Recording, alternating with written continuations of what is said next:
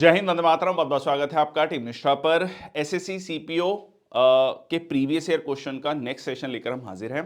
27 जून shift 2 previous year questions को लेकर कुछ बच्चों के मन में डाउट है। मैं दोबारा से क्लियर कर देता हूं कि सिलेबस चेंज नहीं हुआ है और एसएससी सीपीओ का अगर आप एग्जाम दे रहे हैं तो उसमें जीएस का सेक्शन बढ़ गया है। मैं बढ़ गया हूं कैसे कह रहा हूं, 50-50 क्वेश्चन ही हैं, पर अब उन्होंने टाइम फिक्स कर दिया है। आपको 30 मिनट देने ही पड़ेंगे जनरल स्टडीज में, तो आपको ज्यादा क्वेश्चन अटेम्प्ट करने का मौका मिलेगा। तो कहीं ना कहीं जो स्ट्रेटजी आपकी पहले हुआ करती थी, अगर आपने लास्ट ईयर या कह लीजिए 2024 में एग्जाम दिया है, वो स्ट्रेटजी अब नहीं चलेगी। अब आपको अपनी स्ट्रेटजी को बदलना पड़ेगा। आपको जीएस पे ज्यादा फोकस करना ही पड़ेगा, जीएस एंड इंग्लिश पे ज्यादा फोकस करना ही पड़ेगा। और मैथ्स रीजनिंग पे कहीं ना कहीं थोड़ा सा, मतलब जो स्टूडेंट ज्यादा समय दे पाते थे, 35-40 मिनट्स दे पाते थे, वो अब नहीं दे पाएंगे। ठीक है जी, शुरुआत करते हैं सेशन की।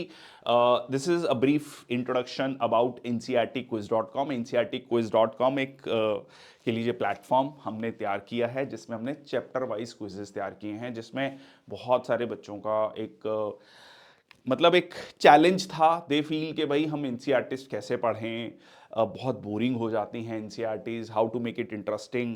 तो क्वेश्चन से बेहतर कुछ नहीं हो सकता जब उसी एक चैप्टर को पढ़ के हमें पता हो कि हमें क्वेश्चंस करने हैं, उसी टॉपिक से रिलेटेड क्वेश्चंस हैं, तो हमारे पढ़ने का मन करेगा। वो पैसिव लर्निंग से एक्टिव लर्निंग की तरफ वो सारी की सारी कहानी शिफ्ट हो जाएगी।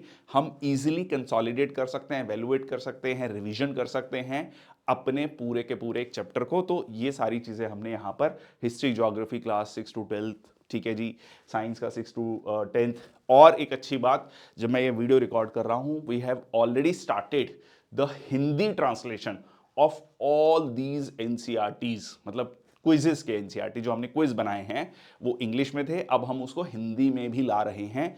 जल्दी ही आपको सारे के सारे सवाल हिंदी में भी मिलेंगे। चलिए, this is brief introduction about me. I am Sandeep Bansal. This is my brief professional and academic journey.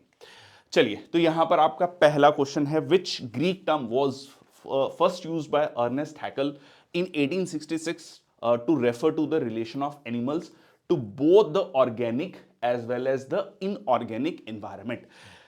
कौन सी ग्रीक टर्म जो है पहली बार अर्नेस्ट हैकल ने यूज किया था? So that was ecology. ठीक है, जिसको आज के टाइम पे हम इस तरीके से लिखते हैं, मतलब जिसकी स्पेलिंग आज हम ये लिखते हैं, तो ये इकोलॉजी था। तो यहां पर आप देख लो, ये रहा आपका वो वर्ड इकोलॉजी। ठीक है, अर्नेस्ट हैकल ने ये टर्म दिया था इकोलॉजी। हम मतलब जब भी हम इन्वायरमेंट इकोलॉजी पढ़ते हैं तो ये कहीं ना कहीं ये फैक्ट जरूर आता है। तो चलो देख लेते हैं इकोलॉजी का मतलब क्या है। तो ये फ्रॉम ग्रीक आइकोस मतलब हाउस, और लोगोस का मतलब होता है स्टडी। ठीक है जी, लॉजी, लॉजी का मतलब जैसे है ना, जितने भी जोलॉजी, आपका बॉटनी, ठीक है, ये जोलॉजी जो शब्द है, लॉजी मतलब स्टडी। ठीक है, तो यहां पर आपका ग्रीक आइकोस का मतलब हाउस, अब study of the organisms and their environment. ठीक है, तो ये यहां से शब्द आया है इकोलॉजी। सो इकोफेजी जो होता है फीडिंग, फेज, फेगस से भी ये बोला जाता है लॉजी। सो इथेनोलॉजी, एथेनो मतलब people, study of people, ology study of eggs. तो ये एथेनोलॉजी, बहुत सारे ऐसे शब्द हैं जो लॉजी पर जो खत्म होते हैं। जोलॉजी जैसे मैंने आपको कहा, एथेनोलॉजी है, ठीक है, एंथ्रोपोलॉजी है, सोशियोलॉजी है, जो भी मेरे दिमाग में और वर्ड्स आ गए हैं। तो ये सारे के सारे सोशियोलॉजी, स्टडी ऑफ सोसाइटी, तो ये आपका हो गया इकोलॉजी। ठीक है, देखो इतनी एक्सप्लेनेशन देने का मकसद ये है, otherwise I could have easily said कि भाई ये इसका आंसर है। पर आप जब किसी भी आंसर के एक्सप्लेनेशन को अच्छे से पढ़ते हो, उसके रूट तक जाते हो, जड़ तक जाते हो, तो वो फैक्ट लंबे समय तक दिमाग में रहता है। ठीक है जी, चलिए, okay. The depositional pattern of calcium carbonate and other material that extend upwards from the floor of limestone cavern is known as, ये हम ज्योग्राफी में बहुत डिटेल में पढ़ते हैं, जियोलॉजी में भी, ज्योग्राफी में जब हम लैंड फॉर्म्स का टॉपिक पढ़ते हैं। ठीक है जी, ग्राउंड वाटर लैंड फॉर्म्स में जब हम पढ़ते हैं, तो इफ़ यू रिमेंबर हमने पढ़ा है कि जो ग्राउंड से ऊपर की तरफ कैल्शियम कार्बोनेट होता है। तो मैंने उसमें आपको एक ट्रिक भी बताई है, जिन बच्चों ने कह लीजिए पेड कोर्स में एनरोल्ड हैं, उसमें मैंने ये ट्रिक डिस्कस किया है। मैराथन सेशन में जो यूट्यूब पे है उस पर भी डिस्कस किया हो, उसको भी जाकर देख सकते हो। तो जी से हो गया आपका ग्राउंड, ठीक है। जो सीलिंग से होता है, जो सीलिंग से होता है उसको क्या बोलते हैं? स्टैलेक्टाइट, स्टैलेक्टाइट, ठीक है। तो उसमें मैंने यही आपको ट्रिक बताया हुआ है। सी से सीलिंग याद रख लो, सीलिंग से जो है लटका हुआ तो वो हो गया आपका स्टैलेक्टाइट, और ग्राउंड से ऊपर की तरफ है ग्राउंड स्टैलेक्टाइट, और जो इस तरीके से जुड़ा होता है उसको पिल्लर या कॉलम भी कहा जाता है, पिल्लर या कॉलम, ठीक है। ओके, तो आंसर क्या हो गया आपका? स्टैलेगमाइट। एक्सटेंड अपवर्ड्स कह रहा है। ये देख सकते हैं आप, ये बनते कैसे हैं? सबसे पहले आपका स्वेलो होल बनता है, स्वेलो होल से सिंक होल बनता है, ठीक है। फिर ये सिंक होल बनकर वैली सिंक्स या यूवालास बनते हैं जब बड़े बड़े, ठीक है। एक टर्म और आता है पॉलजे, हमने ये पॉलजे भी पढ़ा है इसमें, ठीक है। स्टैलेक्टाइट, स्टैलेगमाइट, पिलर्स, ये सब क्या हैं? ग्राउंड वाटर लैंडफॉर्म्स, ठीक है। ग्राउंड वाटर जो डिपॉजिट हुआ, ठीक है, जहां पर आपको ये calcium carbonate, dolomite, magnesium carbonate, ये जो रॉक्स मिलती हैं धीरे धीरे क्या करती हैं, ये जो रॉक मतलब जो सरफेस है उसको काटना शुरू करता है, पानी जो है उसमें मिक्स होना शुरू होता है। So actually it is not water just, it is minerals, water plus minerals. Fundamental duties of Indian constitution are mentioned in which article? I think इससे आसान क्वेश्चन नहीं हो सकता, ठीक है। आर्टिकल 51A, ठीक है जी।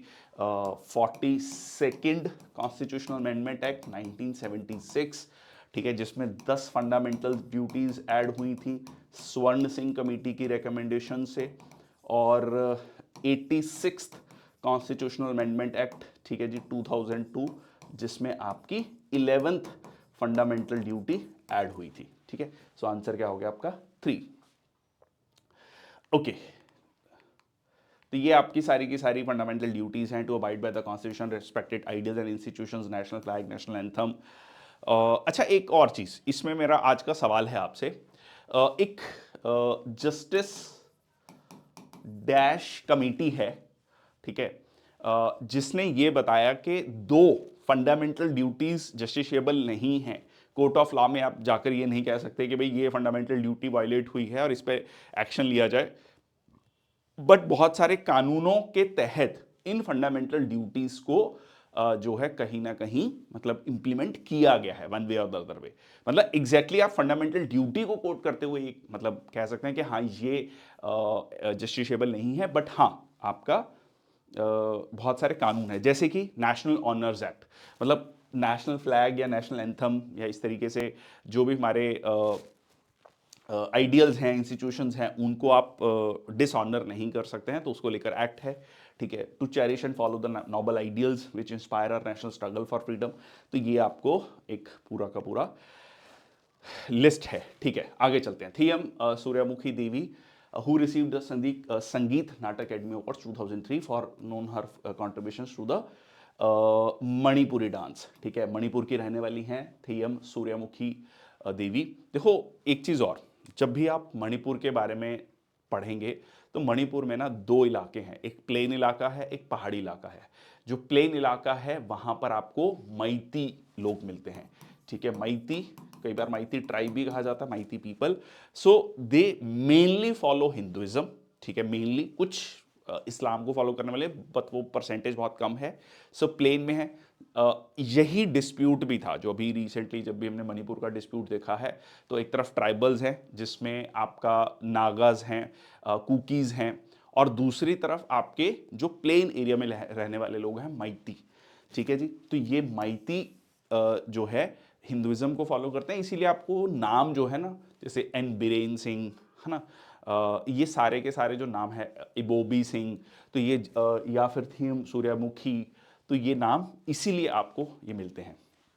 So she is a renowned Indian classical dancer from Manipur, celebrated for her exceptional contribution to Manipuri dance. Received the Sangeet Natak Academy Award in 2003. Odissi dance originated from Odisha. Gotipua dance भी जो है उड़ीसा से है, perform by young boys dressed as females. Kathak dance जो है generally UP से, हम उत्तर प्रदेश से देखते हैं, north Indian dance focused on story telling. ठीक है जी, तो ये हैं थीएम सूर्यमुखी देवी जी। ठीक है, तो ये आप देख सकते हैं। चलिए आगे बढ़ते हैं। Which of the following statement is are true about private goods? Okay, rivalrous in consumption, non excludability, negative marginal cost.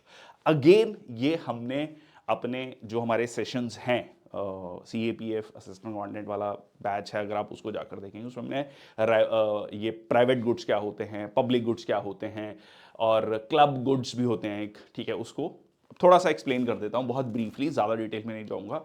देखो, नाम से क्लियर है private goods, like this is my private property, this is I not share with anyone. Public good हो गया सबके लिए, ठीक है, आम पब्लिक के लिए। एग्जाम्पल लेते हैं, आपके मोहल्ले में एक पार्क है, या सिटी में बहुत फेमस पार्क है, रोज गार्डन, कोई भी पार्क है जो सब आ सकते हैं, जिसमें कोई एंट्री फीस नहीं है, anybody can come, walk over, मतलब वहाँ पे अपना सैर करे, घूमे फिरे और चला जाए। तो ये क्या हो गया आपका एक तरीके से पब्लिक गुड्स। ठीक है, वो राइवलरियस इन कंजम्पशन का मतलब क्या होता है? मतलब जैसे मान लीजिए आपके पास सेब है, तो एक सेब अगर आपने खा लिया तो दूसरे व्यक्ति के लिए नहीं रहेगा वो। ठीक है, वो राइवलरस है, मतलब वो एक चीज है जो या तो एक व्यक्ति या दूसरा, अब आप कहोगे नहीं हाफ हाफ खा लेंगे, ठीक है, मतलब वो लिमिटेड है। ठीक है, वो एक व्यक्ति या दो व्यक्ति कंज्यूम कर लें तो तीसरे या चौथे के पास नहीं अवेलेबल होगा। ठीक है, बट पब्लिक जो पार्क है आपका, जो मैं आपको कह रहा हूं, वो ऐसा नहीं है। आप जा रहे हो और लोग जा रहे हैं, ऐसा नहीं है आप जाके उसको कंज्यूम कर ले रहे हो और बाद में नहीं बच रहा अगले व्यक्ति के लिए, ऐसा नहीं है। ठीक है, तो ये क्या हो गया आपका, अगर वो आपके यूज करने के बाद किसी और के पास अवेलेबल नहीं है, जैसे खाने पीने की चीज हो गई, तो वो क्या कहा जाएगा, रेवेलरस इन, राइवलरी है उसमें कि मैं, मुझे मिलेगा या तुम्हें मिलेगा। इस लॉजिकली आप इसको सोच के चलो। मैंने आपको पब्लिक गुड का एग्जांपल दिया, ठीक है जी, या फिर आप पब्लिक गुड्स में जैसे पुलिस फोर्सेस हैं, डिफेंस है, सबके लिए है।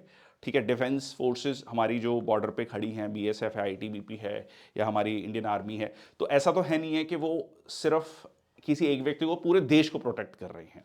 ठीक है, कुछ इस तरीके से भी आप उसको देख सकते हो पब्लिक गुड्स के रूप में। अच्छा, दूसरा होता है क्लब गुड्स। क्लब क्लब है ना, एक शहर में क्लब है जी, ठीक है, कोई भी आज, मतलब अंग्रेजों के टाइम पे भी थे, अब भी होते हैं क्लब, जिसमें एक एंट्री फीस होती है। पार्क में भी हो सकता है, कोई बढ़िया पार्क है, उसमें सरकार ने 20-30 रुपए 50 रुपए एंट्री फीस रखती, तो वो लिमिटेड है, ऐसा नहीं हर व्यक्ति जा सकता है, पैसे पे करने होंगे, then you can access that particular park. ठीक है, तो क्लब गुड्स। ठीक है, तीसरा आता है प्राइवेट गुड्स, जैसे मैंने अभी आपको एग्जाम्पल दिया। अच्छा, अब क्या है, सबसे पहले जो प्राइवेट गुड्स होंगे वो राइवलरस इन कंजम्पशन है, बिल्कुल ठीक। ठीक है, एक्सक्लूडिबिलिटी है, एक्सक्लूड कर सकते हो कि ये आप ही का है, आप ही को मिलेगा। एक गाड़ी है, आपकी है, ये घर आपका है। ठीक है, तो ये क्या हो गया, एक प्राइवेट गुड है, नॉन एक्सक्लूसिव है आपके लिए, एक्सक्लूसिव। नॉन एक्सक्लूडिबिलिटी क्या है, सबके लिए है वो। ठीक है जी, स्ट्रीट लाइट सबके लिए है। ठीक है, ऐसा नहीं है कि आपने कंज्यूम कर लिया तो दूसरे को नहीं मिल रहा। ओके, तो ये प्राइवेट गुड का फीचर नहीं है। नेगेटिव मार्जिनल कॉस्ट, देखो मार्जिनल कॉस्ट होता है कि मान लो आप 100 यूनिट प्रोड्यूस कर रहे हो, तो 101 यूनिट प्रोड्यूस करने में कॉस्ट कितनी लग रही है, ज्यादा कॉस्ट लग रही है या सेम कॉस्ट लग रही है, ठीक है, क्या है। अब देखो जो इसमें क्या होता है, जो पब्लिक गुड होती है, ठीक है, पब्लिक गुड होती है जनरली, उसमें आपको, आप कह सकते हो कि एक नेगेटिव मार्जिनल कॉस्ट आपको देखने को मिल सकती है। भाई एक आपने, सरकार ने, अगेन पार्क का एग्जांपल ले रहा हूं, पब्लिक पार्क बनाया, बहुत अच्छा पार्क बनाया, तो उसमें बहुत सारे लोग जा सकते हैं। वो ऐसा नहीं होगा, मतलब जितने ज्यादा लोग जाते जाएंगे उतना ही उसकी कॉस्ट कम होती जाएगी। इट इज लाइक कि सरकार ने मान लीजिए एक बहुत बड़ा बढ़िया से कोई भी मॉन्यूमेंट बनाया, मान लीजिए उसमें 500 करोड़ रुपए खर्च हो गया, तो जितने ज्यादा लोग उसमें आते जाएंगे उतनी उसकी कॉस्ट रिकवर होती जाएगी, मार्जिनल कॉस्ट नेगेटिव है। एक और एग्जांपल देता हूं, डिजिटल गुड्स। ठीक है, सॉफ्टवेयर, सॉफ्टवेयर एक कंपनी जब बनाती है, पिछले 40-50 सालों में जो भी बिलियनर्स बने, मैक्सिमम बिलियनर्स कौन से हैं, जिन्होंने सॉफ्टवेयर बनाए हैं, जिन्होंने कोई एप्स बनाई हैं। क्यों? क्योंकि जितने ज्यादा लोग यूज कर रहे हैं उनकी कॉस्ट रिकवर होती जा रही है, नेगेटिव मार्जिनल कॉस्ट है, पर यूनिट पे खर्चा कम लग रहा है।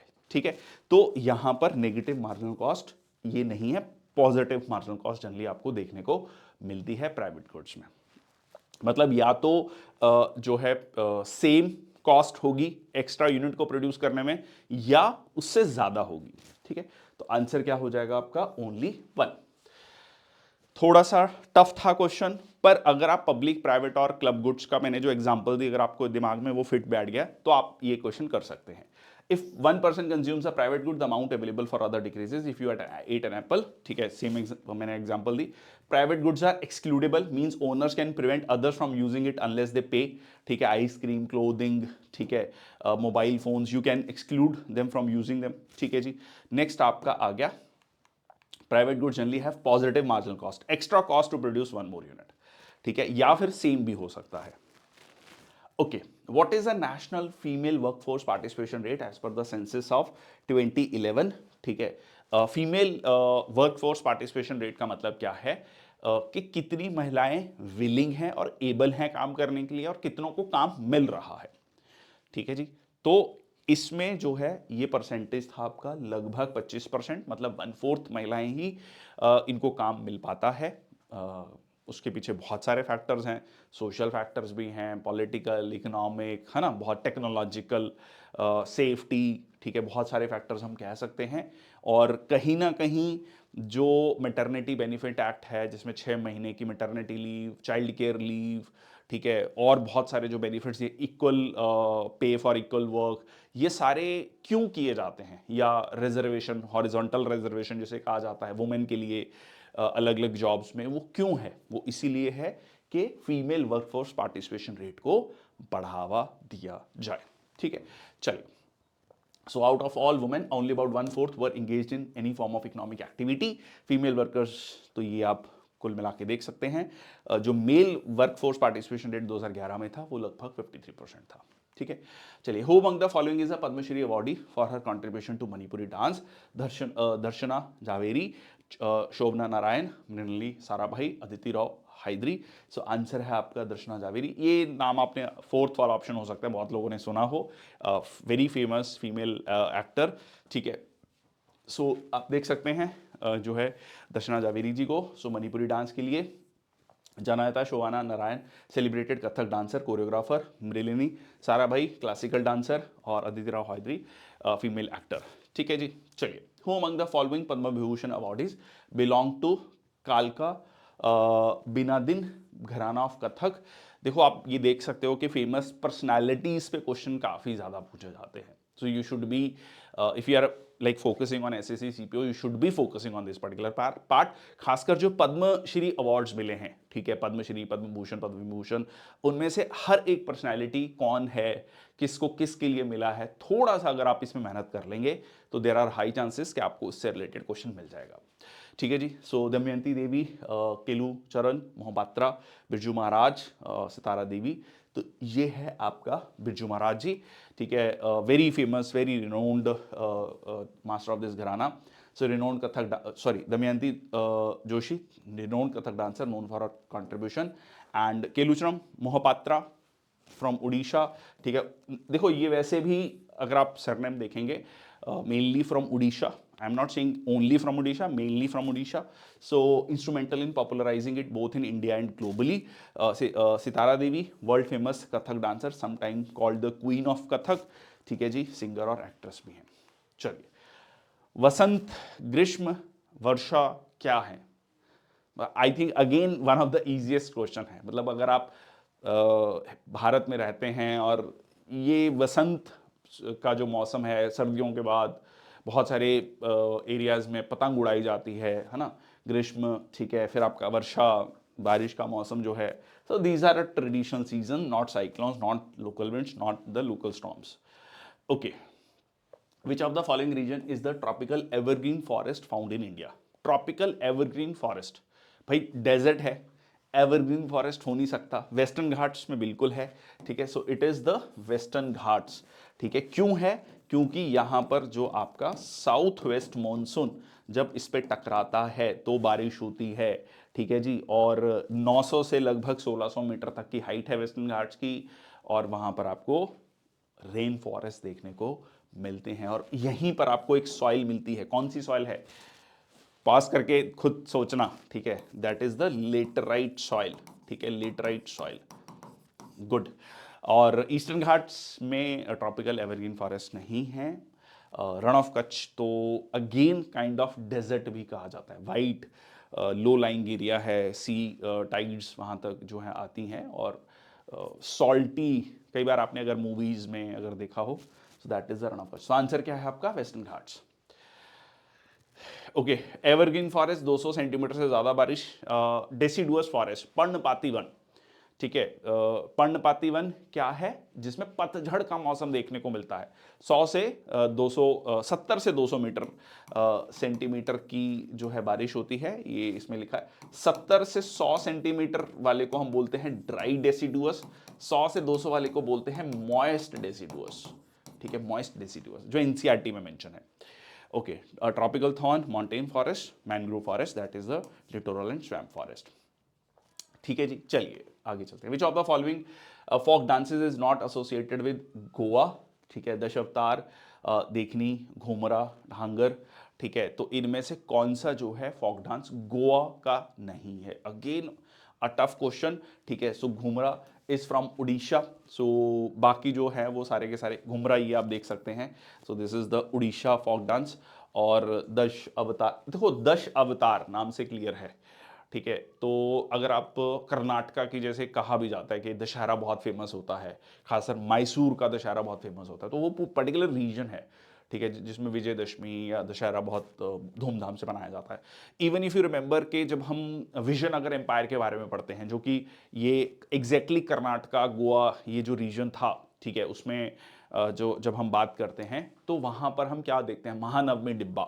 महानवमी डिब्बा एक बहुत एलिवेटेड प्लेटफॉर्म है जहाँ पर दशहरे का बहुत बड़ा फेस्टिवल हुआ करता था, है ना। सो हरिहर बुक्का फाउंडर्स थे विजयनगर एम्पायर के। तो ये हर रीजन का ना, जैसे जैसे बिहार की में हम छठ पूजा की बात करते हैं, बंगाल में दुर्गा पूजा की बात करते हैं, ठीक है, तो अलग अलग एरियाज में आपको एक पर्टिकुलर फेस्टिवल है जिसको ज़्यादा, मतलब एक पूरी की पूरी कम्युनिटी के लिए वो एक बड़ा फेस्टिवल होता है।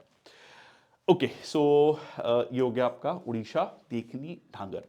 ओके, ये कुछ और बहुत सारी लिस्ट मैंने यहाँ पर प्रोवाइड करी है, काफ़ी कॉम्प्रिहेंसिव लिस्ट है, आई नो सारी याद करनी मुश्किल है। सबकी अगर मैं कहूँ ट्रिक बना लेते हैं तो भी एक टास्क होगा, सबकी ट्रिक बनाना भी अपने आप में मुश्किल हो जाएगा। तो इसमें यही है कि थोड़ा सा आप एक बार देख लो, ठीक है, थोड़ा सा एक just go through the list once, so that कहीं दिमाग में कुछ कुछ चीज़ें टकरा जाएं, कहीं फिट हो जाएं। जैसे कुचिपुड़ी, विलासिनी नाट्यम, आंध्रा नाट्यम से आंध्रा तो वैसे याद रहेगा, लंबाड़ी, धिमसा, ठीक है। असम में बिहू तो इज़ वेरी वेरी फेमस, ठीक है, नाट पूजा, काली गोपाल, ठीक है, नागा डांस, जाता जतिन, भाखो बगैन, तो ये है आपका गरबा, गुजरात का अगेन वेरी फेमस, ठीक है जी, ठीक है, देखनी, ठीक है, कोली, फुगड़ी, शिगमो, ठीक है, अलग अलग ये गोवा के जो इसमें डिस्कस किया हुआ है। चलो आगे चलते हैं। 1905 who concluded with the Thomas Chamberlain that the plants of the solar system originated from an encounter between, sorry plants बोल रहा हूँ, planets, I am really sorry, planets, ठीक है। Who concluded with Thomas Chamberlain of the मैं सोच रहा plants of, ठीक है, planets of solar system originated from an encounter between sun and the another star. Inge Hammond, Forrest Moulton, Charles Lyell, James Hutton. So that is the Forrest Moulton. अब ये थोड़ा सा discuss कर लेते हैं। मतलब इसमें ये कहा गया कि जो सोलर सिस्टम में जो हमारे प्लैनेट्स हैं ना, वो बेसिकली कैसे बने, मतलब उसका जो प्रोसेस इन्होंने एक्सप्लेन किया, ठीक है, फॉरेस्ट मॉल्टन ने और थॉमस सी चैम्बरलेन ने। उन्होंने कहा कि भाई एक क्लोज इनकाउंटर हुआ था सन और एक और स्टार के बीच में, सन इज ऑल्सो स्टार, तो दोनों स्टार्स के बीच में एक मतलब काइंड ऑफ कहते हैं ना टकराहट हुई, ठीक है, टकराहट हुई तो उसकी वजह से क्या हुआ, material pulled out from the sun, ठीक है, कुछ मटेरियल सन से निकला और वो प्लैनेटेसिमल्स बने। प्लैनेटेसिमल्स मतलब प्लैनेट से छोटे छोटे प्लैनेट्स, माइनर प्लैनेट्स, वो आपस में जुड़े और फिर जुड़ के वो सन के इर्द गिर्द घूमने लगे, ठीक है। So into small planetesimals which gradually form the planets, ठीक है। जो इंगे लैमन था, डिस्कवर्ड अर्थ्स इनर कोर, है ना, लेमन इफ यू रिमेंबर बहुत सारी लेयर्स के बारे में हम डिस्कस करते हैं, ठीक है, कि ये लेयर है, इसका क्या नाम है, कि भाई आउटर क्रस्ट इनर क्रस्ट के बीच में, और जो है इनर कोर और आउटर कोर के बीच में कौन सी लेयर है, ठीक है जी। So Charles Lyell, geologist known for uniformitarianism, James Hutton, father of modern geology. Uniformitarianism क्या है? The present is key to the past, मतलब यूनिफॉर्मिटी है, मतलब आज जो चीजें हो रही हैं, ठीक है, आज जो आप प्रोसेसेस अपने अक्रॉस द धरती देख रहे हो वो पहले भी हुई हैं। जैसे एग्जांपल उन्होंने कहा कि like erosion, sedimentation, volcanic activity, earthquake, mountain formation, जो आज के समय पर हो रहा है वो पहले भी हुआ है, ठीक है जी। चलिए, what is the name of the aromatic compound given compound in the given figure? Tropone, naphthalene, tetrahydrofuran, cyclohexene. अब देखो इसमें दो हैं, ठीक है, मतलब ये वाला जो पार्ट है इसको हम हेक्सेन बोलते हैं, ठीक है। तो ये दो हैं, दो पार्ट हैं इसके। तो यहां पर साइक्लोहेक्सीन, मतलब हेक्सीन ENE होगा तो क्या होगा? डबल बॉन्ड होगा, है ना। हम पढ़ते हैं जैसे ब्यूटेन, ब्यूटीन और ब्यूटाइन, ब्यूटाइन। तो एन जहां आता है सिंगल बॉन्ड होता है, सिंगल बॉन्ड। इन आता है तो डबल बॉन्ड होता है, ठीक है जी। और आइन आता है तो ट्रिपल बॉन्ड होता है, ठीक है। तो और एक है इसमें साइक्लोहेक्सीन, साइक्लो मतलब सर्कुलर फॉर्म में, तो ये नहीं होगा। टेट्रा, टेट्रा मतलब 5, हाइड्रो, ठीक है, ये भी नहीं होगा। मतलब मैं आपको सिर्फ ये बता रहा हूं कि how can you logically come to the conclusion, if you know the answer फिर तो कोई सवाल ही नहीं है, फिर तो आप टिक करें, आगे बढ़ें, ठीक है। So that is the naphthalene. Okay, so tropone is 7 membered ring, ठीक है, ये 7 membered ring with the 3 conjugated double bonds, ketone group, ठीक है। तो ये 7, 1 2 3 4 5 6 7, ठीक है, और ये एक डबल बॉन्ड हो गया, ठीक है। Naphthalene bicyclic aromatic hydrocarbon with 2 fused benzene rings, ठीक है, जो ये हो गया आपका नैफ्थलीन। और नेक्स्ट आता है टाइट्राहाइड्रोफुरान, तो 5 membered saturated ring containing 4 carbon atoms और एक ऑक्सीजन एटम, ये हो गया आपका, ठीक है। एंड देन साइक्लोहेक्सीन, और एक इसमें डबल बॉन्ड है, ठीक है। So 6 membered ring with 1 carbon carbon double bond. Okay, which of the following is the characteristic of epilimnion, ठीक है। एपिलीमिनियन टॉप मोस्ट लेयर है थर्मली स्ट्रेटिफाइड लेक में, बॉटम लेयर है, bottom layer of the lake है, middle layer of the pond है, ठीक है। So it is the, ठीक है, top most layer in the thermally stratified lake. तो वार्म, लेस डेंस, क्योंकि इस पे सनलाइट ज्यादा है, जिसको कई बार हम क्या बोलते हैं, फोटिक जोन, है ना। दो चीज बोलते हैं हम, फोटिक जोन और ए फोटिक जोन। एक है जिसमें आपका फोटोसिंथेसिस हो रहा है, एक में फोटोसिंथेसिस नहीं हो रहा है, ठीक है।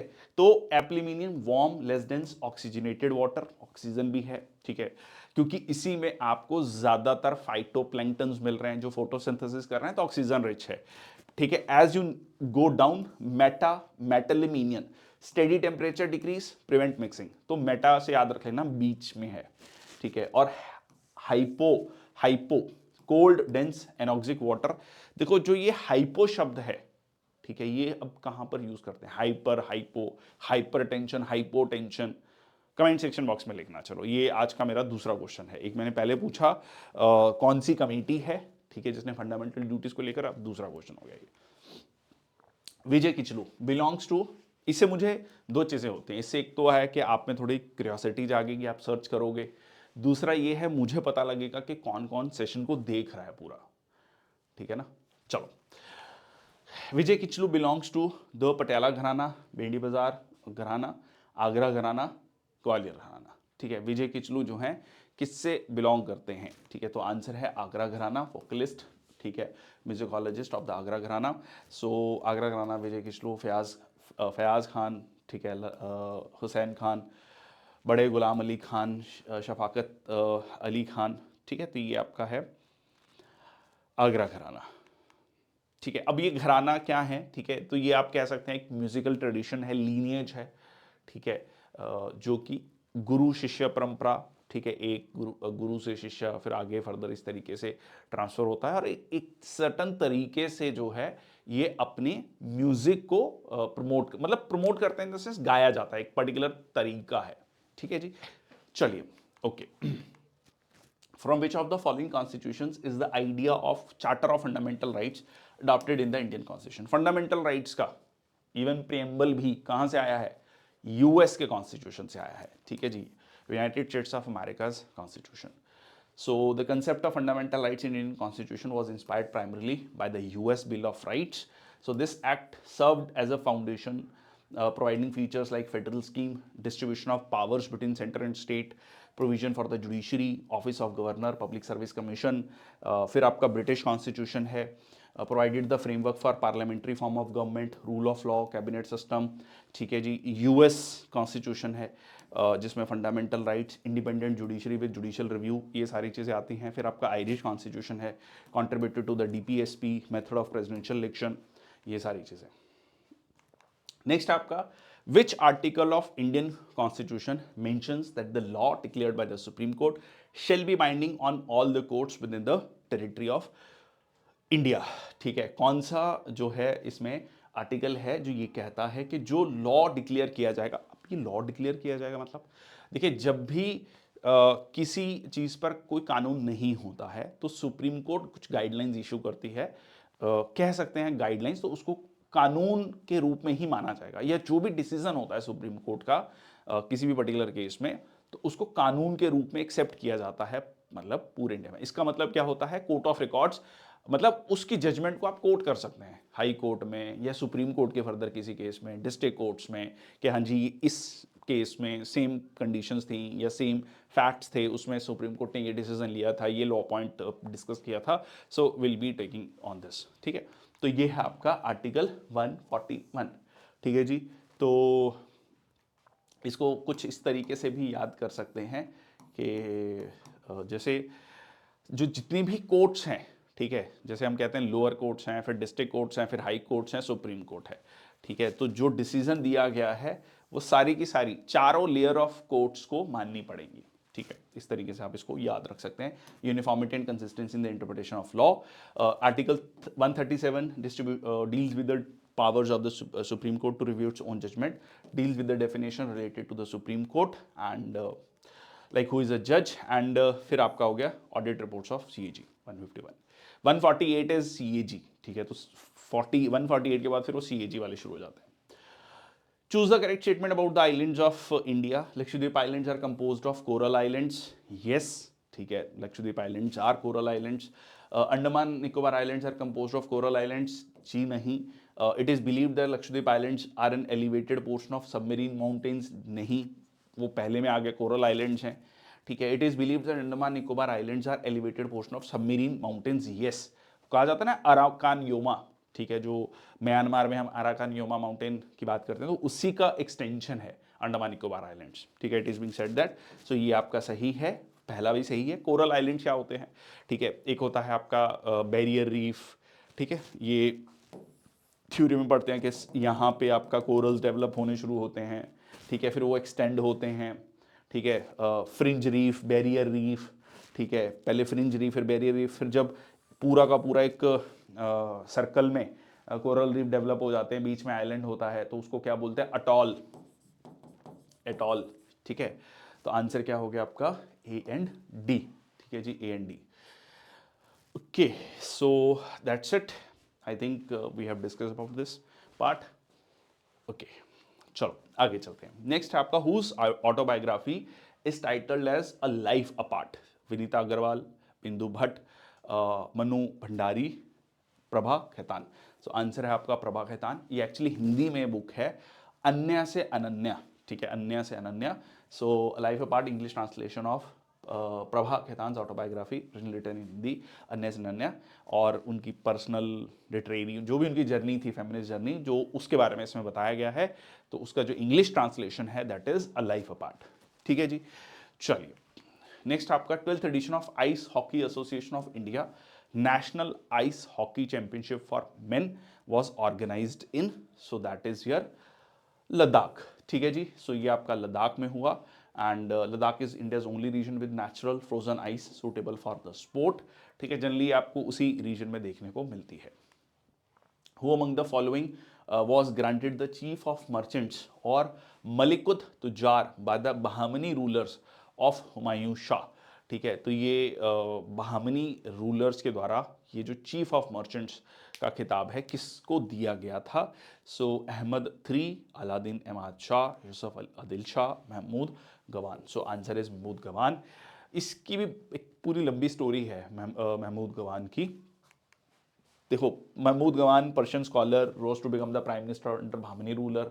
ये कहा जाता है कि सबसे ट्रस्टेड व्यक्ति और बहुत काम करने वाला व्यक्ति। बट इवेंचुअली क्या होता है कि जो नॉबल्स हैं, नोबिलिटी है, वो देखते हैं कि अब धीरे धीरे करके ये बिल्कुल टॉप पोजीशन पे पहुंच गया और ज़्यादा कंट्रोल है क्योंकि राजा अपने जो है उस कामों में मग्न है, but he is actually controlling everything. So now they like conspired against him. ठीक है, महमूद गवान के against he was granted the title और finally he was killed also. ठीक है, चलिए, what is provitamin A or the anti-cancer compound present in the carrot cells? Alpha resins, beta carotene, alpha terpenoid, delta terpenes, beta carotene.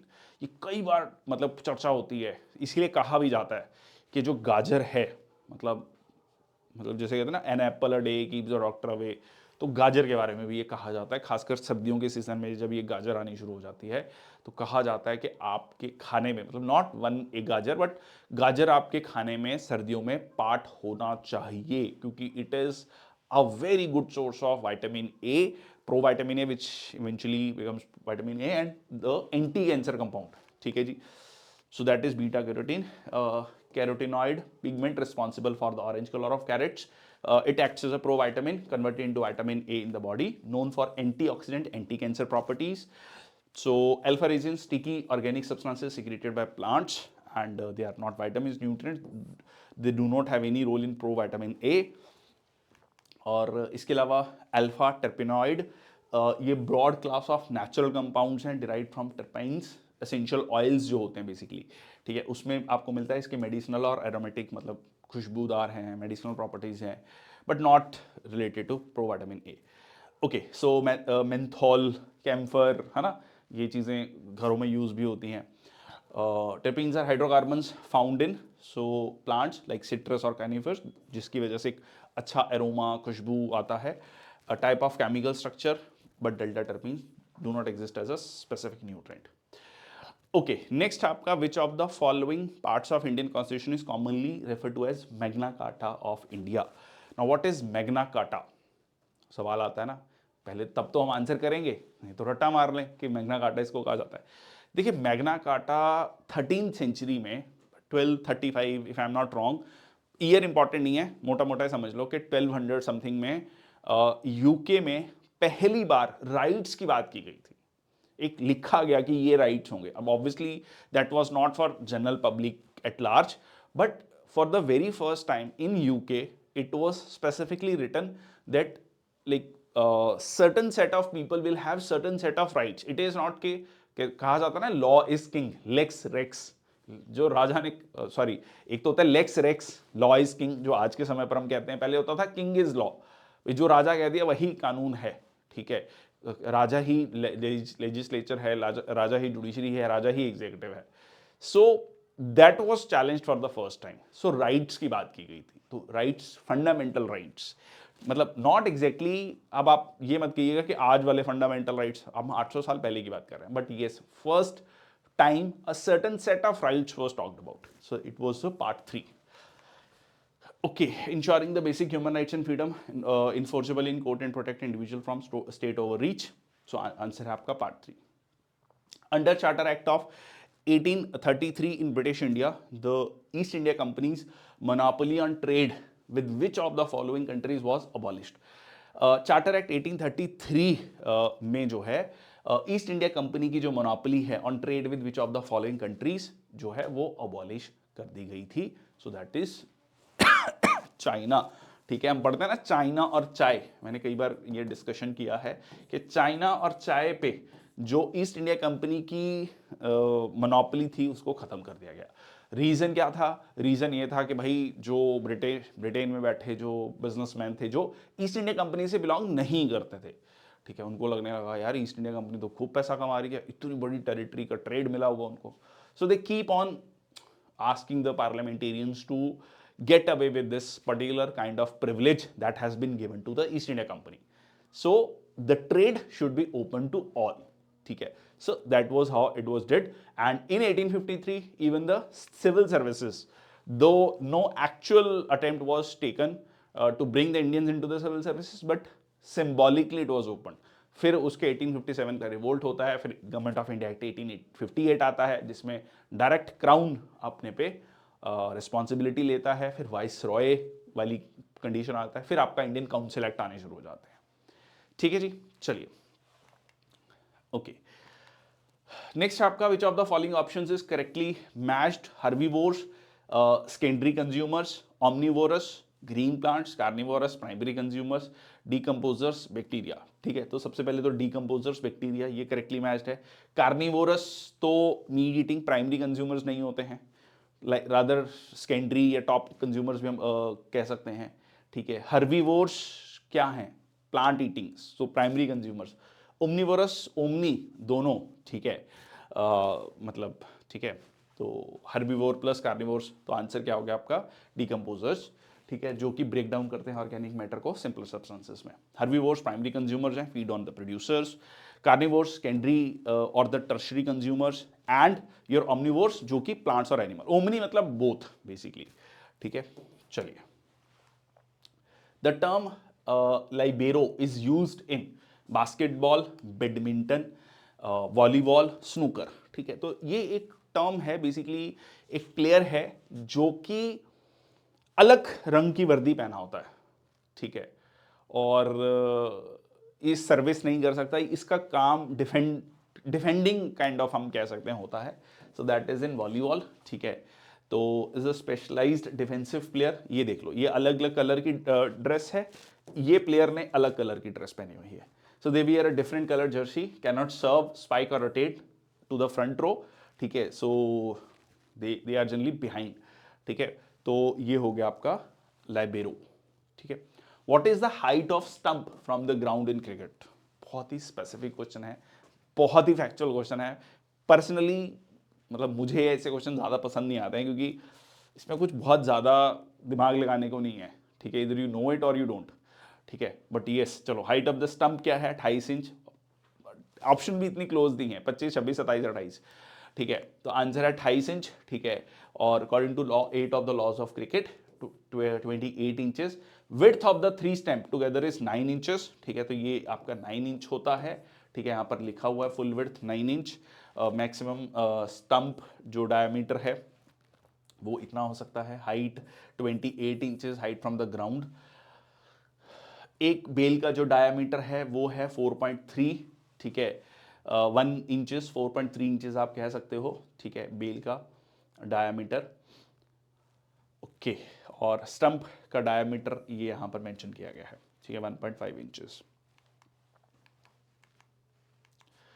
In which of the following states of India is Onam a harvest festival primary celebrated? बहुत famous festival है उस particular state का, ओणम.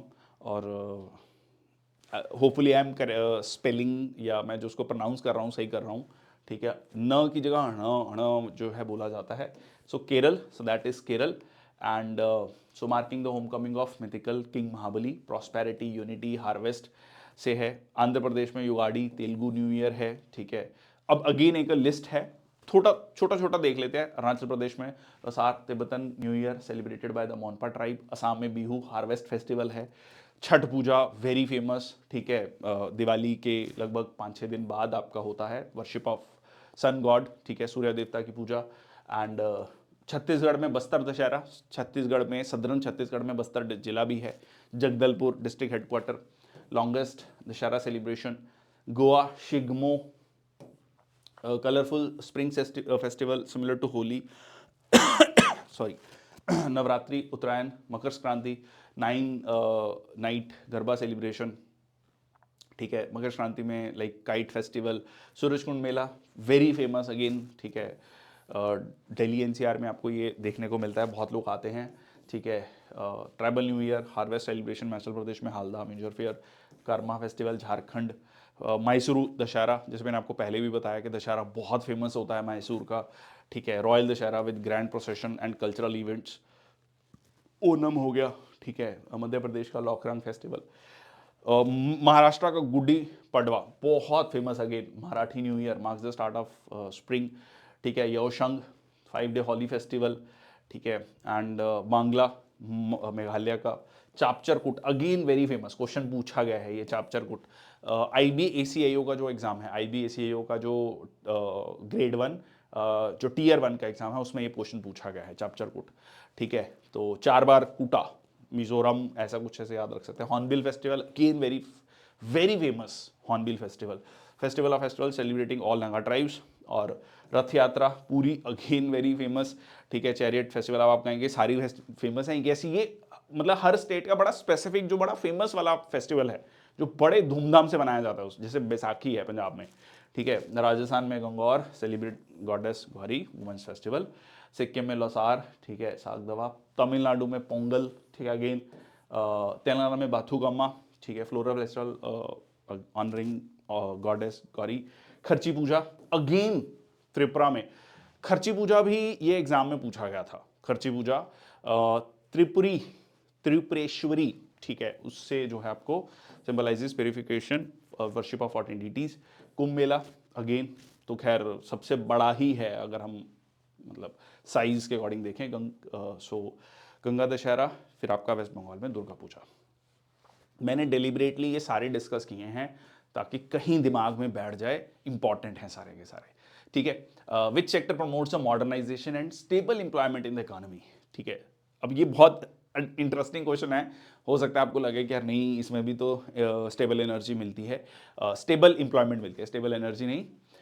अब देखो services sector जो होता है, जैसे IT सर्विसेज हैं, ठीक है, आपका टूरिज्म है, ये जो जितने भी सर्विसेज सेक्टर हैं, खासकर IT services, BPO, KPO, LPO, है ना, business process outsourcing, knowledge process outsourcing, legal process outsourcing, इनमें क्या है आज यहाँ बहुत तेजी से बहुत जल्दी आप शिफ्ट कर सकते हैं।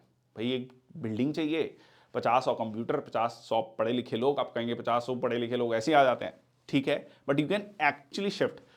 1991 के बाद क्या हुआ, जब हमने लिबरलाइजेशन, प्राइवेटाइजेशन, ग्लोबलाइजेशन किया, यूएस ने जितना भी ये सर्विसेज वाला काम था ये आउटसोर्स कर दिया इंडिया को, सॉफ्टवेयर के भाई हाँ वहां से आ जाएगा, और वहां पे kind of quote unquote comparatively, मैं डिमीन नहीं कर रहा हूं, सस्ते इंजीनियर्स हैं इंडिया में, ठीक है, उन वहां पर अगर बुलाएंगे वहां पर उनको ज्यादा पे करना पड़ेगा, यहां पर बहुत कम पैसों में काम कराया जा सकता है। So that's how this started developing, ठीक है। तो ये हो गया आपका service sector is not considered to be like a stable employment, it is your industrial sector, ठीक है, क्योंकि ह्यूज इन्वेस्टमेंट होती है, जब FDI आती है, फॉरेन डायरेक्ट इन्वेस्टमेंट आता है, ऐसा नहीं है कि रातों रात शिफ्ट हो जाए। एग्जाम्पल, चाइना में जब डीकपलिंग की बात चली, डीकपलिंग मतलब कि चाइना से मैन्युफैक्चरिंग को हटाया जाए, ठीक है, एक आपने सुना होगा China+1 स्ट्रेटजी, तो इतना आसान नहीं है कि आज सोचा कल हो जाएगा, बिलियंस ऑफ डॉलर्स इन्वेस्ट हो रखे हैं, so it is not that easy to just take out the money and go to some other country, ठीक है। That's why a lot of countries including US is finding it difficult to follow the decoupling strategy or to follow the China+1 strategy, ठीक है। So that's the industrial sector, ठीक है। Stable year-round employment unlike the agriculture which is seasonal. Services sector create jobs but depends on prior industrial growth, ठीक है। Energy sector modernization, but it's again a part of industry itself. Who among the following started the ceremony of Sijda, prostration and pybos, kissing of the monarch's feet in the court, ठीक है, सजदा, ठीक है, मतलब झुक के प्रणाम करना लिटरली, ठीक है। तो ये मतलब ऐसे समझो कि ये जनरली जब हम कहते हैं तो किसके ट्रेड्स हैं, ये ऐसे याद रख लो, किसके ट्रेड हैं, स्लेव के, है ना, गुलाम के। तो ये किसने शुरू किया, गुलाम वंश के ही रूलर ने शुरू किया, ठीक है। अब गुलाम वंश का व्यक्ति जब रूलर बन गया तो उसको लग रहा है कि सब मेरे पांव छुएं, ठीक है, सब मेरे आगे झुके, ठीक है, इस तरीके से आप इसको याद रख सकते हो। So it was the Ghiyasuddin Balban. क्या हो गया, ठीक है, चलो कोई बात नहीं. So Ghiyasuddin Balban introduced the Persian court etiquettes like sajda, prostration before the king, and paibos, kissing the king's feet, to emphasize the royal authority and divine kingship. Iltutmish ने इक्ता सिस्टम लेके आई से याद रख लो. इल्तुतमिश इक्ता सिस्टम बहुत इंपॉर्टेंट है. Iqta system. Alauddin Khilji price control, market reforms. Alauddin Khilji के बारे में कहा जाता ना कि मार्केट में गया, मतलब प्राइस बहुत ज़्यादा स्टेबलाइज हुए, ठीक है, उस समय पर, क्योंकि बहुत ज़्यादा हार्श पनिशमेंट मिलती थी. Mohammad bin Tughlaq known for token currency and shifting capital. MBT के बारे में ये कहा जाता है कि भाई इसने जो काम किया वो काम समय से बहुत आगे था, मतलब उस समय के लिए बहुत रेवोल्यूशनरी था, पर वो चला नहीं. मतलब कैपिटल शिफ्ट करी, ठीक है, दौलतागिरी, महाराष्ट्र में वो प्लान वापस जाना पड़ा, बहुत लोग रास्ते में मारे गए, फिर वापस जाना पड़ा 2 साल के बाद लगभग, ठीक है, और कॉइन्स लेकर आए, लोगों ने फेक कॉइन्स बनाने शुरू कर दिए. So that was how it was like, जो इसके जो भी इनिशिएटिव्स थे वो कुछ रिजल्ट नहीं लेकर आ पाए. In which year did the annexation of Awadh by lord Dalhousie take place? So 1857, 1850, 56, 58. अच्छा, अब इस क्वेश्चन को आप बहुत लॉजिकली इलिमिनेट कर सकते हो. सपोज यू आर कंफ्यूज कि यार ये तो बहुत ही स्पेसिफिक ईयर पूछ लिया. अच्छा, 1857 में तो रिवोल्ट ही हुआ था, 1857 रिवोल्ट. अब ये तो बहुत ही फेमस है, ठीक है. अब ये जब हम पढ़ते हैं कारणों के पीछे, रीजंस के पीछे कि 1857 का रिवोल्ट क्या हुआ, तो जब हम पॉलिटिकल रीजंस पढ़ते हैं, so this becomes a very important part. Dalhousie की जो पॉलिसी थी, एनेक्सेशन की जो पॉलिसी थी, तो अवध को एनेक्स करना became one of the very important factor in the 1857 revolt. तो ये उससे पहले हुआ है, ठीक है जी. अच्छा, 1858 में गवर्नमेंट ऑफ इंडिया एक्ट आया था, ठीक है, जिसके बाद क्राउन ने सीधा सीधा जो है मतलब इंडियन एडमिनिस्ट्रेशन को टेक ओवर कर लिया था, ठीक है. तो ये दोनों डेफिनेटली ऑप्शंस नहीं है. अब बचा 1850 और 1856. ये है आपका 1856, क्योंकि ये इमीडिएट फैक्टर था, मतलब one of the immediate factors था, नॉट यू कैन से के immediate factor. So on the ground of misgovernance under Dalhousie's doctrine of lapse, like justification, its annexation angered soldiers and people becoming a cause of 1857 revolt. इसमें एक ध्यान रखिएगा, अवध जो कह लीजिए central Uttar Pradesh आज का अवध वाला जो रीजन हम कहते हैं, तो उसके पीछे ये कहा भी गया कि भाई ये एक ऐसा एरिया है, इतना प्रोडक्टिव, एग्रीकल्चरली इतना प्रोडक्टिव एरिया था जिसपे अंग्रेजों की पहले से नजर थी. So they were like somehow trying to capture it. तो इन्होंने रीजन क्या बनाया जब कुछ और नहीं मिला कि मिस गवर्नेंस है, सही से आप इसको गवर्न नहीं कर रहे हैं. चलिए, as of June 2023 which of the following is the India's largest airport in terms of total passengers? Indira Gandhi international airport, Netaji Subhash Chandra Bose international airport, Chhatrapati Shivaji international airport of Mumbai, Sardar Vallabh Bhai Patel international airport. So it is Indira Gandhi international airport Delhi, ठीक है. IGI airport, बहुत ज़्यादा traffic है, मतलब vis-a-vis other airports in India. But future में नोएडा में जो airport बन रहा है, ग्रेटर नोएडा की तरफ, अगर आप दिल्ली NCR में रहते हैं तो नोएडा से, या कह लीजिए ग्रेटर नोएडा से जब आप आगरा की तरफ जाते हैं, तो जो यमुना एक्सप्रेसवे पर जेवर एयरपोर्ट जो बन रहा है, ये कहा जा रहा है कि ये इंडिया का सबसे बड़ा एयरपोर्ट होगा. अभी नहीं है, मतलब काफ़ी सालों बाद जब ये अपनी फुल कैपेसिटी पे रन करना शुरू कर देगा, अलग अलग फेजेस हैं उसमें, तो तब ये इंडिया का सबसे बड़ा एयरपोर्ट होगा. चलिए, सो highest annual passenger traffic in India, 70 million passengers, बहुत बड़ा नंबर है. अच्छा, ये 70 मिलियन का मतलब ये नहीं कि 7 करोड़ लोग एक्चुअल गए, मतलब जैसे आप 2 ट्रिप मारे आपने, आप दिल्ली एयरपोर्ट से गए और वापस आए, तो दो ट्रिप काउंट होंगे, इस तरीके से आप कह सकते हैं. मान लो एक व्यक्ति पूरे साल में 5 बार कहीं जाता है और 5 बार वापस आता है, तो 10 हो गए. तो बट टोटल उस तरीके से इसको देखा जाता है. Indira Gandhi international airport, Mumbai second. Who is the highest run scorer in an over in a test match cricket? It was great over. Google करके इस ओवर को जरूर देख लेना. मतलब ये अपने आप में एक विचित्र ओवर था टेस्ट मैच का. टेस्ट मैच में कोई 2020 या 50-50 ओवर 50 ओवर मैच नहीं था. इट वाज जसप्रीत बुमराह, ठीक है.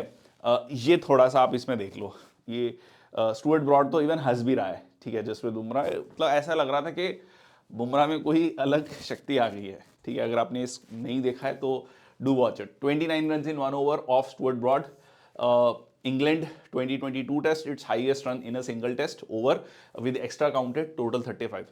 अच्छा, एक और इंटरेस्टिंग फैक्ट कि जो 6 छक्के पड़े थे, ठीक है, वो 6 छक्के युवराज सिंह ने 6 बॉलों में जो मैच था 2020 का, ठीक है, तो उसमें भी बॉलर स्टुअर्ट ब्रॉड ही था, ठीक है, ये भी इंटरेस्टिंग फैक्ट है। चलो आगे चलते हैं। Reserve ratio and money supply have dash relationship, negative, linear, symmetrical, no. Okay, मतलब none of the above option. Okay, reserve ratio क्या होता है? कैश, एक होता है आपका कैश रिजर्व रेशो, एक होता है statutory liquidity ratio.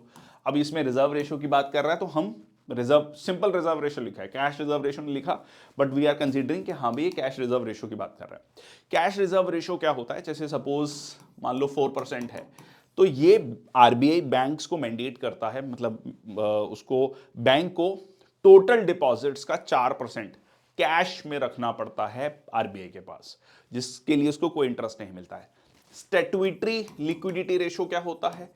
Statutory liquidity ratio होता है जो आरबीआई कहता है बैंक्स को कि इतना परसेंटेज अपने डिपॉजिट्स का आपको लिक्विड एसेट्स में रखना है, ठीक है। जैसे मान लो 18% है फॉर एग्जांपल, तो 18% जैसे कि आपका गोल्ड में आपका जो गवर्नमेंट जो डेट्स बॉन्ड्स होते हैं, है ना, जिसको हम जिल्ट एज्ड सिक्योरिटीज भी बोलते हैं, गवर्नमेंट सिक्योरिटीज बेसिकली, ठीक है, उनमें आप रख सकते हैं जिसमें कुछ उसको ब्याज भी मिलता है, ठीक है। तो ये एक तरीके से सेफ्टी नेट है डिपॉजिटर्स के लिए, ठीक है जी। तो अगर कैश रिजर्व रेशो सपोज 4% से कल को आरबीआई 5% कर देता है, तो क्या होगा?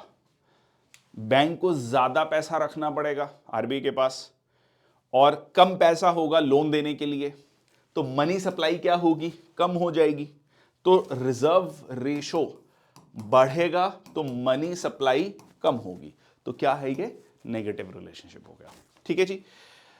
चलिए, identify the number of electrons found in the outermost shell of halogen. Hydrogen, helium, lithium, beryllium, boron, carbon, nitrogen, fluorine, ठीक है, फ्लोरीन, क्लोरीन, तो 2 7 2 8 7 कितना हो गया? ठीक है, आउटर शेल में इट इज 7, ठीक है, इट इज 7। इसीलिए तो कहते हैं ना इसकी एफिनिटी बहुत ज्यादा है, एक इलेक्ट्रॉन, ठीक है, यहां पे हाइड्रोजन आता है, एक इलेक्ट्रॉन तो इसके साथ आके जाके मिल जाता है ना, क्योंकि इसके पास एक इलेक्ट्रॉन मतलब देने के लिए है, क्लोरीन के पास एक इलेक्ट्रॉन लेने के लिए है, दोनों का काम हो गया। या NaCl, है ना, तो क्यों बनता है NaCl या KCl? ओके, सो हैलोजन आउटर कॉन्फ़िगरेशन ये होती है आपकी 7 वैलेंस इलेक्ट्रॉन्स हैं, सो आंसर हो गया 7। As of June 2023 which of the following is the longest train route in India? ठीक है जी, so Jammu Tawi to Kanyakumari, Amritsar to Kochuveli, Guwahati to Trivandrum, Dibrugarh to Kanyakumari, ठीक है, 3 दिन लगते हैं पूरे इसको कंप्लीट होने में। यहाँ से देखो, ठीक है, लगभग 4200 किलोमीटर्स, ठीक है, 80+ आवर्स, ठीक है। तो यहाँ से देखो ये डिब्रूगढ़, डिब्रूगढ़ से यहाँ गुवाहाटी, फिर जो है आपका जलपाईगुड़ी, ठीक है, जलपाईगुड़ी से फिर बंगाल में दुर्गापुर, जलपाईगुड़ी भी उधर ही है, ठीक है, फिर आसनसोल, फिर भुवनेश्वर, विशाखापट्टनम, विजयवाड़ा, ठीक है, फिर कोयम्बटूर, फिर कहाँ पे जाके कन्याकुमारी मिलती है, ठीक है। So it's the longest train, ठीक है, मतलब डिस्टेंस वाइज अगर हम देखें। चलिए, who wrote the patriotic song सारे जहाँ से अच्छा हिंदुस्तान हमारा, हम बुलबुलें हैं उसकी, गुलसिता हमारा, that was published in the weekly journal Ittehad on 16 August 1904। Interesting है, कह सकते हैं पैराडॉक्सिकल सिचुएशन है कि इसी व्यक्ति ने जो है पाकिस्तान का कंसेप्ट रखा, ठीक है। तो आइडियोलॉजिकल फाउंडर ऑफ पाकिस्तान जो है मोहम्मद इकबाल को कहा जाता है, ठीक है। So original title Tarana Hindi, so separate Muslim Allahabad session of Muslim league, he propose the idea of separate Muslim state. अभी इसके बारे में ना थोड़ा सा आपको कहानी बताता हूं। 1904 में जब ये लिखा था, उसके बाद ये जाते हैं लंदन पढ़ने। जब ये लंदन से पढ़ के आते हैं, ये कहा जाता है मतलब कि भाई इनके जो विचारधारा थी वो काफ़ी ज़्यादा एक्सट्रीम हो गई, and it went up to the extent कि ही सेड कि जो मुस्लिम मेजॉरिटी स्टेट्स हैं उनके लिए एक अलग मतलब कंट्री या नॉट एग्जैक्टली, शुरुआत में ये भी कहा जाता है कि कंट्री नहीं, बट हाँ एक ऑटोनॉमी होनी चाहिए, ये बात कही गई। Separate Muslim state in north east India which is later seen as ideological reason of Pakistan, spiritual father of Pakistan कहा जाता है, एम्फेसाइज्ड खुद ही selfhood, self realization central concept. 1938 में देहांत हो गया, much before the Pakistan came into being, but yes he was the one. ठीक है, तो ये है उससे पहले ये जो है मोहम्मद इकबाल ने लिखा है, published in Ittehad magazine. What is the full form of PMSYM? Pradhan Mantri मुखिया सुरक्षा योजना, प्रधानमंत्री संयुक्त योजना मानधन, शेष योजना, श्रम योगी मानधन। ठीक है, प्रधानमंत्री श्रम योगी मानधन। ठीक है, तो what this AIIMS for, it was launched in 2019। This is the old age social security to workers in the unorganized sectors. Now like unorganized sector में what it calls about laborers, rickshaw pullers, इस सब के लिए है। and the very simple या the very basic idea is कि pension को देना, ठीक है, पेंशन प्रोवाइड करना, ठीक है, इन सारे वर्कर्स को। सो इट वाज कि एलिजिबिलिटी है 18 से 40 साल, monthly income should be less than 15,000, और अनऑर्गेनाइज्ड वर्कर कवर नहीं होना चाहिए EPFO, NPS या ESIC में, must have Aadhaar, saving bank account, और 60 साल की उम्र के बाद जो है पेंशन मिलनी शुरू होगी। जितना कॉन्ट्रीब्यूशन व्यक्ति का होगा उतना सेम कॉन्ट्रीब्यूशन सरकार का होगा। Sorry, 3,000 per month as per the pension. If the beneficiary dies, spouse receive 50% of the pension. Who among the following Indian musician is known for his contribution to the field of Hindustani music for the classification of rag into 10 thot? ठीक है, so Pandit Vishnu Digambar Paluskar, Pandit Vishnu Narayan Bhatkhande, Alauddin Khan, Abdul Karim Khan. So it is Pandit Vishnu Narayan Bhatkhande systematized Hindustani classical music into 10 thaat, या कह लीजिए parent scales like Bhairav, काफी, कल्याण। ठीक है, तो ये थोड़ा सा उन्होंने तो उसको स्पेसिफाई किया। ठीक है, जैसे कि ये आपका, ठीक है, सा रे गा मा पा धा नी, तो रे ग ध नी, ठीक है, रे, तो ये आप देख सकते हैं, थोड़ा सा टेक्निकल सवाल है, but you can just keep that in mind. ठीक है, पंडित विष्णु नारायण भटखंडे। ओके, नेक्स्ट आपका पॉलिटिकल पार्टी से रिलेटेड है। Which of the following statement are correct regarding conditions required to recognise as political party in India? जैसे कई बार हम कहते हैं कि नेशनल पॉलिटिकल पार्टी है BJP, इंडियन नेशनल कांग्रेस, और देर आर स्टेट पार्टीज बहुत सारी हैं, बीजू जनता दल है, DMK है, AIADMK है, शिवसेना है ना, बहुत सारी जो है कह लीजिए स्टेट पार्टीज हैं। तो इसका क्राइटेरिया क्या है? ठीक है, किस पार्टी को हम नेशनल पार्टी कहेंगे, किस पार्टी को स्टेट पार्टी कहेंगे, तो इसके लिए क्राइटेरियाज फिक्स किए गए हैं। चलिए देख लेते हैं। फिर party political party is treated as a recognised political party in 4 और मोर स्टेट्स, 4 या 4 से ज्यादा राज्यों में रिकॉग्नाइज्ड पॉलिटिकल पार्टी है, it shall be known as the national party. अब इसमें रिकॉग्नाइज्ड पॉलिटिकल पार्टी मतलब स्टेट पार्टी की यहां पर कहीं ना कहीं बात कर रहा है। If a political party is treated as a recognised political party in less than 4 state, it shall be known as the state party in the state और इन द स्टेट्स जहां पर वो प्रेजेंट है। ठीक है, जहां उसको रिकॉग्नाइज किया गया है। जैसे मान लीजिए उत्तर प्रदेश में आप समाजवादी पार्टी की बात कर रहे हैं, तो समाजवादी पार्टी हो सकता है वो इलेक्शंस दिल्ली में भी लड़ रहे हो, महाराष्ट्र में लड़ रहे हो, तो वो नेशनल पार्टी नहीं होगी जब तक कि उसका एक सर्टेन क्राइटेरिया फुलफिल नहीं होता है। National parties need only 1 proposer for filing the nomination and are also entitled for 2 set of electoral rolls free of cost. अब वो कह रहा है कि जो नेशनल पार्टीज है उसके पास सिर्फ उसको एक प्रपोजर की जरूरत है। अब ये बहुत इंपॉर्टेंट है। प्रपोजर मतलब कि जो कैंडिडेट हैं उसको उसी कॉन्स्टिट्यूएंसी में से कोई व्यक्ति उसको प्रपोज कर रहा है उसका नाम। ये अच्छा, जो नहीं होती है नेशनल पार्टीज, उस केस में 10 लोग होते हैं जनरली। अब ये क्यों रखा गया है? मतलब ये इसका क्राइटेरिया इसलिए रखा है कि भाई नेशनल पार्टी है, नेशनल पार्टी ने किसी एक कैंडिडेट को एक जगह से टिकट दी है, तो वो ठीक है, मतलब वो एक सीरियस कैंडिडेट है। कई बार क्या होता है कि नॉन सीरियस कैंडिडेट्स बहुत ज़्यादा होते हैं। जैसे एक तमिलनाडु में एक बार इलेक्शन, एक असेंबली कंस्टिट्यूएंसी में 1031 कैंडिडेट्स भी रहे हैं। अब सोच के चलिए, उस समय पर EVM नहीं थे, ये मैं बात कर रहा हूँ 1990s में, तो आप सोच के चलिए 1031 कैंडिडेट्स की लिस्ट छापने में कितना समय लगा होगा। और आपका कैंडिडेट है 568वें नंबर पे, तो आप ढूंढ रहे हैं अपना कैंडिडेट। ठीक है, तो इस तरीके से जो नॉन सीरियस कैंडिडेट्स हैं वो इलेक्शंस में खड़े ना हों, मतलब एक बैलेंस बना के चलना है। अब ये भी नहीं चाहते कि एक आम व्यक्ति इलेक्शन में ना खड़ा हो सके, पर ऐसा भी ना हो कि हर कोई व्यक्ति कह रहा है कि जी मैं भी कैंडिडेट हूँ, ठीक है।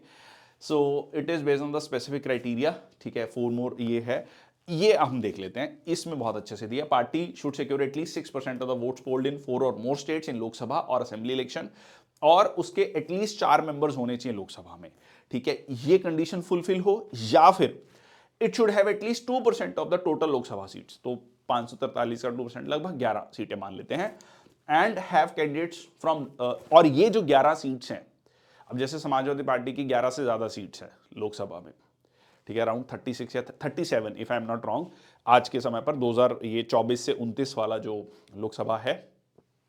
तो अब ये आप ये समझ के चलिए कि पर ये जो कैंडिडेट्स हैं ये मिनिमम 3 राज्यों से होने चाहिए, उनके 3 राज्यों से नहीं है, तो इसलिए वो नेशनल पॉलिटिकल पार्टी नहीं है, ठीक है। सो नेक्स्ट है आपका state party, it must be recognised as a state party in at least 4 states, या फिर आप स्टेट पार्टी रिकॉग्नाइज होने चाहिए 4 राज्यों में, मिनिमम 4 राज्यों में, ठीक है, 4 या 4 से ज्यादा राज्यों में। अच्छा, स्टेट के लिए अब क्या टैग है, party must get at least 6% of the votes and win at least 2 seats in the assembly election, अगर उसको 6% वोट मिले हैं और मिनिमम 2 सीटें मिली हैं, ठीक है जी। 1 MP must in Lok Sabha if it gets at least 6% of the votes polled and has at least 1 MP in the Lok Sabha, ठीक है, या तो इसको 6% वोट मिले हैं एंड एक लोकसभा MP है, ठीक है, it has at least 3% of the votes और 3 MLAs in the assembly which ever is more, ठीक है, या तो 3% वोट्स हैं या 3 MLAs जो भी ज्यादा है, ठीक है। तो ये हो गया आपका स्टेट के लिए, स्टेट टैग के लिए। ओके, नेक्स्ट चलते हैं हम, विच of the following was true, तो ये आपका आंसर इसमें है, तीनों ही स्टेटमेंट ये सही थी, तो आंसर हो गया आपका ABC, ठीक है, आंसर है आपका ABC। Which of the following was true with regard to green revolution, its method of cultivation required less quantity of water, no, rather it required more quantity of water. That was the reason that in Punjab, Haryana, Western UP we are saying that groundwater level is decreasing. So it is not that it requires less of water, rather it requires more of water, ठीक है, so it requires more of water.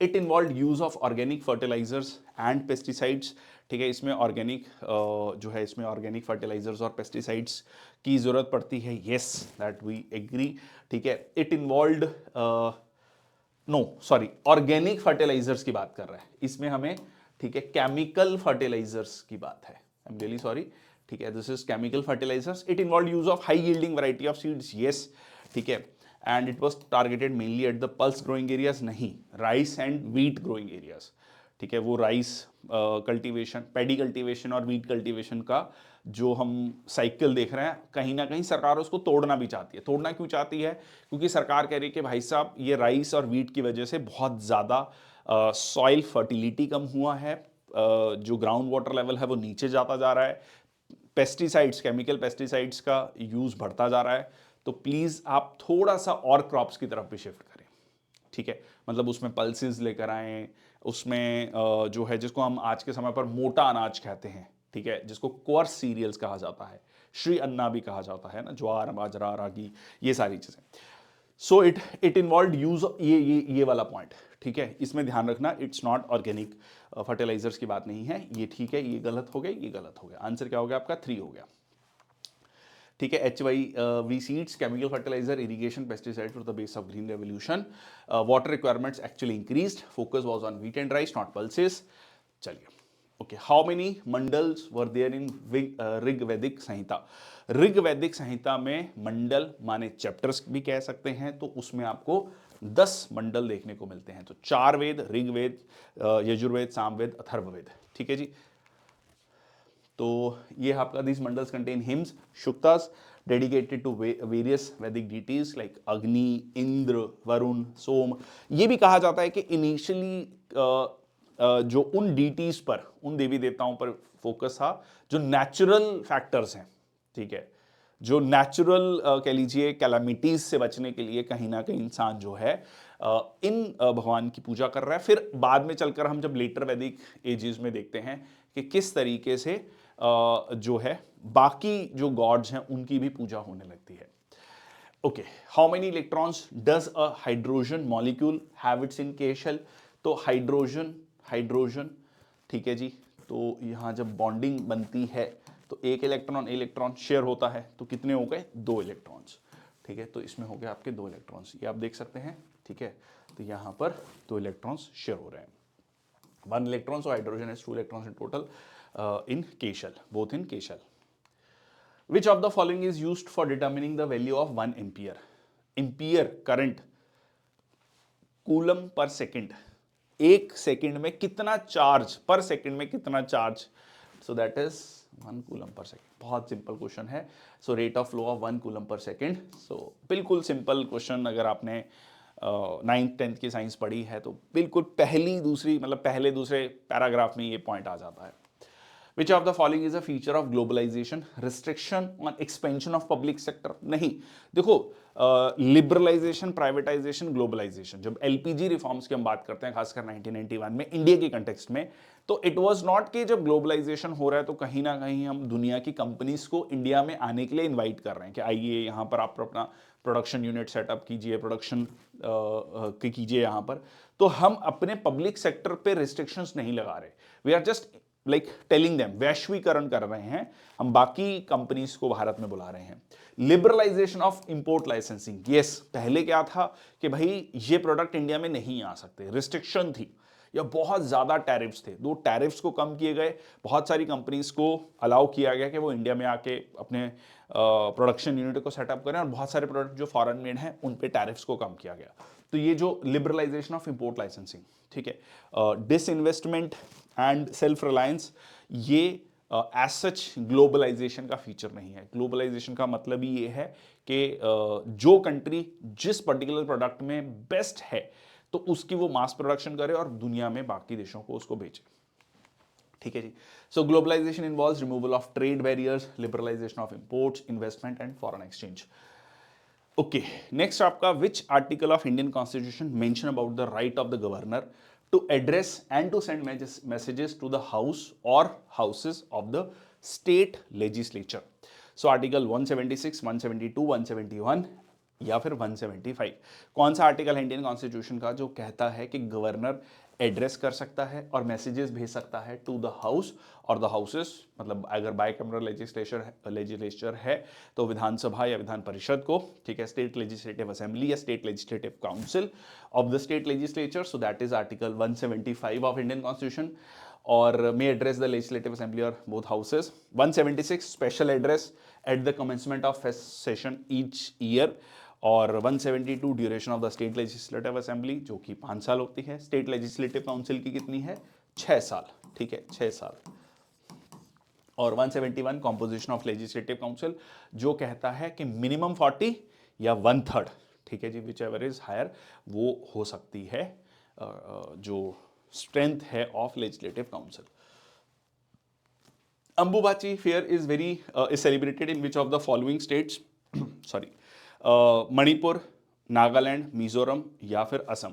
तो ये अंबुबाची बहुत famous है असम का, ठीक है, Kamakhya temple पर, Guwahati in June, marking goddess Kamakhya's menstruation period symbolizing fertility. देखो ये इसमें कामाख्या टेम्पल शक्तिपीठ माना जाता है, 51 शक्तिपीठ।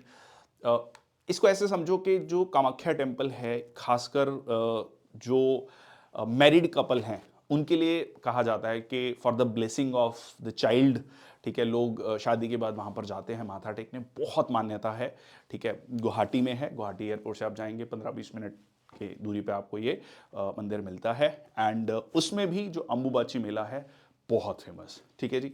तो ये है आपका Assam. Bhajan Sapori Padmashri awardee is a dash player, tabla player, violin, santoor या फिर सितार, ठीक है जी। भजन सपोरी, तो यहां पर पहले तो आप भजन सपोरी को देख लीजिए, ठीक है जी। ये है आपका संतूर मास्ट्रो फ्रॉम कश्मीर, ठीक है, santoor. Okay, so was a legendary santoor player from Jammu Kashmir, often called as the saint of santoor और विद्वान ऑफ इंडिया। सूफियाना घराना कश्मीर से बिलोंग करते हैं, ऑल्सो नोन एज द सपोरी, सूफी घराना 300 साल पुराना है, और ये है जो है पंडित भजन सपोरी, ठीक है, संतूर प्लेयर हैं। चलिए, truth, love and little malice is the autobiography of Khushwant Singh, Phoolan Devi, Satyajit Ray, Arjun Singh. सो ये है आपका खुशवंत सिंह जी की autobiography. So famous Indian author journalist wrote this bold witty autobiography Khushwant Singh, truth, love and the little malice. ठीक है, थोड़े कंट्रोवर्शियल भी रहे हैं, फेमस भी रहे हैं. ठीक है, क्योंकि अपनी बात को बेबाक तरीके से लिखते थे Khushwant Singh. Which of the following polyhalogen compound is used in the production of Freon refrigerant R22? Chloroform, dichloro, trichloroethane, methylene chloride, carbon tetrachloride. ठीक है जी, तो कौन सा पॉलीहेलोजन है जो कि यूज होता है फ्राइन रेफ्रिजरेंट में? So that is the chloroform. ठीक है, so produced by chlorination and fluorination of chloroform.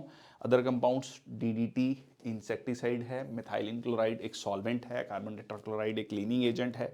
तो आंसर क्या है? क्लोरोफॉर्म. तो ये आप क्लोरोफॉर्म को यहाँ पर देख सकते हैं. It is a powerful anaesthetic. Chloroform सुहाना वो वाला एस्पेक्ट भी आता है यहाँ पर. ठीक है, सो डेंजरस है ऑब्वियसली. एनेक्सोलाइटिक, सिडेटिव, इनहेल्ड और इंजेस्टेड. तो ये है आपका आज का session. I hope these sessions are helping you in revising the current affairs, not current affairs, revising the general studies, general awareness. Current affair में इसलिए कह रहा हूं कि मैं कुछ कुछ चीजें बीच में ऐड करता चल रहा हूं. So it is not just a question answer session कि ये क्वेश्चन है इसका आंसर ये है. So I am trying to give the explanation, trying to give other associated facts as well. So it is not just a 50 questions और total 9 sessions में ये exam हुआ था 2024 में. तो 450 क्वेश्चन हम करने वाले हैं. अभी तक हमने 100 क्वेश्चन कवर कर लिए हैं. तो इन 100 क्वेश्चन को आप देखेंगे तो बहुत सारी नॉलेज आपको मिलेगी और इन 450 क्वेश्चन में बहुत सारे क्वेश्चन आपको एग्जाम में सीधा सीधा मिलेंगे. That's my promise to you, क्योंकि बहुत सारे क्वेश्चन रिपीट होते हैं एक सेट ऑफ क्वेश्चंस में. That's all from my side. Thank you so much. Jai Hind, Vande Mataram.